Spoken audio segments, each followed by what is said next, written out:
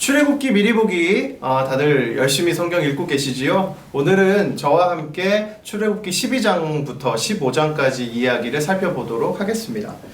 출애굽기 12장 내용은 6월절 그리고 10번째 재앙 그리고 출애굽에 대한 이야기입니다. 하나님께서는 이집트의 10번째 재앙을 내리시기 전에 이스라엘 백성들에게 6월절이라는 절기를 주십니다. 가족들이 함께 모여 양을 잡아먹고 또 누룩이 들어가지 않은 무교병을 함께 먹는 그 절기가 6월절 또 무교절 절기입니다. 함께 잡은 그 양의 피를 또한 문설주와 인방에 바르는 그 일까지를 이 기간에 하게 됩니다. 이 6월절이라는 단어의 의미는 넘어가다라는 의미인데요. 이 이야기는 뒤이어 나오는 10번째 재앙과 관련이 있습니다. 하나님께서는 이집트에 내리신 10번째 재앙 중 마지막 재앙, 처음 난 모든 그 모든 생명들에게 죽음이라는 재앙을 내리십니다. 그런데 이 6월절 기간에 양의 피를 문설주와 인방에 바르고 그 집안에 있는 사람들에게는 이 죽음이 영향을 주지 못하고요. 그렇지 않은 모든 집에 있는 처음 난 생명들에게는 하나님께서 이 재앙을 내리셨을 때 죽음을 맞이하는 비참한 일이 벌어집니다. 그래서 6월절은 이 죽음이 넘어간다는 의미로 하나님께서 이스라엘 백성들에게 주신 절기라고 할 수 있죠. 이 일을 통해서 이집트의 왕 바로의 첫째 아들도 죽음을 맞이하게 됩니다. 이 일을 계기로 바로는 더 이상 이스라엘 백성들을 이집트에 잡아둘 수가 없었습니다. 그래서 그들을 출애굽할 수 있도록 떠나보내게 되죠. 그리고 마침내 이스라엘 백성들은 모세를 필두로 해서 시내산으로 향하는 출애굽 여정을 시작하게 됩니다. 13장으로 넘어가면서는 하나님께서 이 출애굽의 의미를 되새길 수 있도록 다시 무교절 절기에 대한 이야기들을 들려주십니다. 사람이나 짐승 중에 태어난 첫 자녀 또는 짐승을 하나님께 구별하여 돌리라고 말씀을 하십니다. 그리고 무교절 절기 중에 누룩이 들어가지 않은 그 무교병을 먹으며 이 시기를 기념하도록 하나님께서 이 출애굽기 13장에 다시 한번 이 절기를 설명하십니다.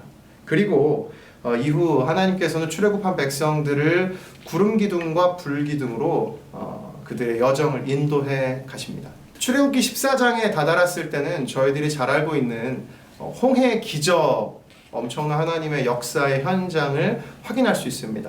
이스라엘 백성들을 보낸 이집트 왕 바로의 마음이 뒤바뀝니다.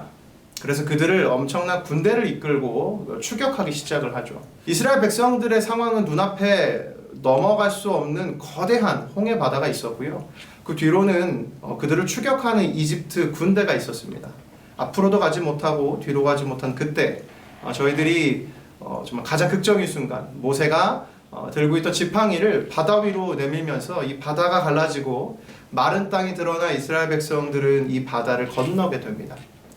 뒤따라 추격해오던 이집트 군대가 이 홍해에 가득 채워졌을 때 하나님께서는 그때 이 홍해를 다시 흐르게 하심으로 이 모든 이집트 군대를 진멸시키십니다. 이 홍해의 기적을 모세와 미리암이 하나님의 이름을 높여드리며 영광을 찬양하는 고백이 담긴 곳이 출애굽기 15장입니다.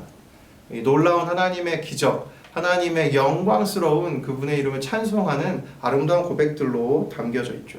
그러나 슬프게도 이스라엘 백성들 이 하나님의 놀라운 기적을 경험하였지만 곧바로 이 광야 생활의 첫 원망의 모습이 이 출애굽기 15장에 등장합니다. 그들이 걸어가다 목이 말라 하나님께 불평하는 첫 번째 원망의 이야기입니다.